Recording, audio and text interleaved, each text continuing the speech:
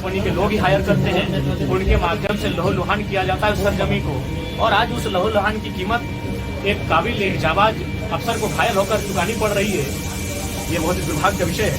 इसीलिए मैं प्रेस के माध्यम से पूरे, क्योंकि यहाँ आईजी डीआईजी महोदय भी आए हैं, यानी उत्तरी छोटा नागपुर रेंज के सभी बड़े पदाधिकारी हैं पुलिस के, तो मैं उनको स्पष्ट कहूंगा कि यही अवसर है बाघमारा जैसे जितने भी एरिया जो माफियाओं के संरक्षण में है, जहाँ माफियाओं की गिरफ्त में है, उन एरियाओं को माफियाओं के चुंगल से आजाद कराएं। और बिल्कुल डीएसपी महोदय स्वस्थ इलाज का लाभ लेकर जब स्वस्थ होकर फिर से चलने के लिए अपने बाहर घर से आए, उससे पहले माफिया जेल के अंदर होने चाहिए। सर अभी उसकी स्थिति क्या है, क्योंकि आपने उससे मुलाकात?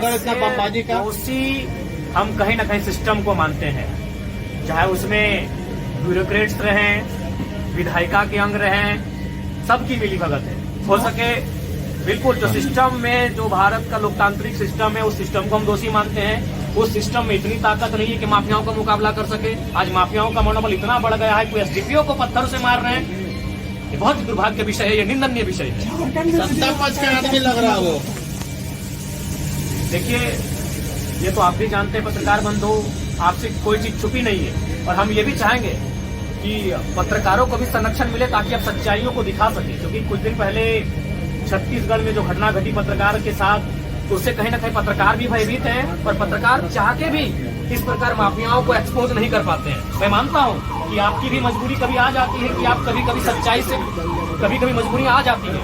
इसीलिए आज जब पुलिस के साथ हमला हो रहा है तो पत्रकार भी कभी कभी सहज महसूस करते हैं। और हाल फिलहाल छत्तीसगढ़ में घटना, बहुत ही दुर्दांत घटना हमारे सामने आई है। पत्रकारों के लिए सदन में क्या कुछ? बिल्कुल, इस बार जो सदन हम जाएंगे तो पत्रकार, वकील, तमाम उनका भी प्रोटेक्शन एक्ट का हम जिक्र करेंगे, उसे सदन में उठाएंगे।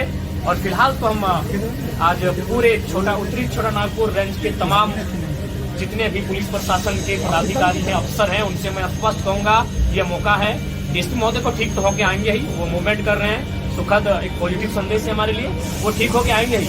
लेकिन वो ठीक होकर जब ड्यूटी ज्वाइन करने से पहले तमाम माफिया जेल के अंदर होने चाहिए, उनके एक एक शागिर्दों को जेल के अंदर उनका हिसाब होना चाहिए। आप एक विधायक के रूप में मुख्यमंत्री से लिखित शिकायत करेंगे? बिल्कुल, अभी जस्ट हम घर जाएंगे, हमने अपने असिस्टेंट को इसकी सूचना दे दी है। वो केवल हमारे हस्ताक्षर का इंतजार है।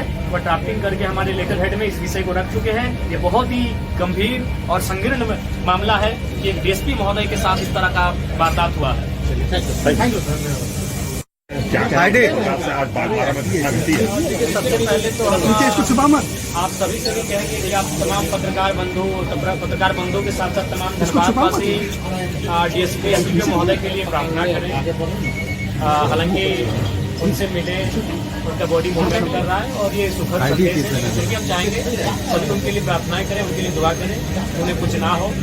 और इस अवस्था में, इस घड़ी में एज ए असेंबली का मेंबर होने के नाते, इस राज्य का निवासी होने के नाते, मैं पुलिस महकमा के साथ, पुलिस परिवार के साथ खड़ा हूँ। और मैं भी प्रार्थना करता हूँ, मैं भी दुआएं करता हूँ कि डीएसपी महोदय आदरणीय बड़े भाई पुरुषोत्तम सिंह जी शीघ्र स्वस्थ होकर हमारे बीच उपस्थित होंगे।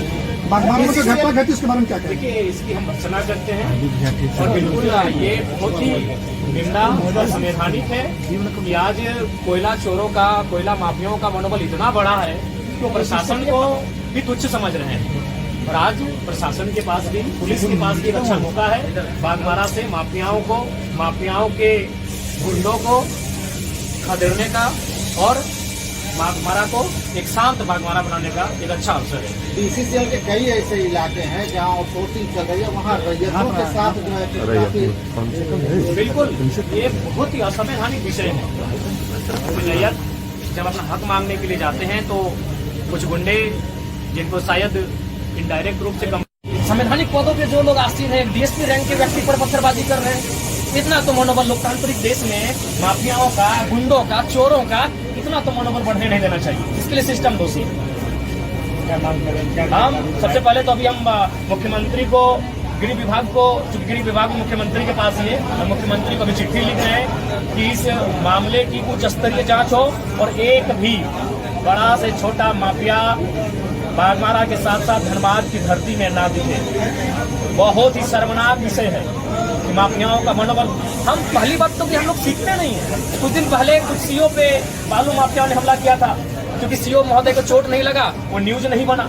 आज डीएसपी महोदय जख्मी हो गए, आज सभी लोग, सभी प्रशासन के लोग यहाँ उठ के आए।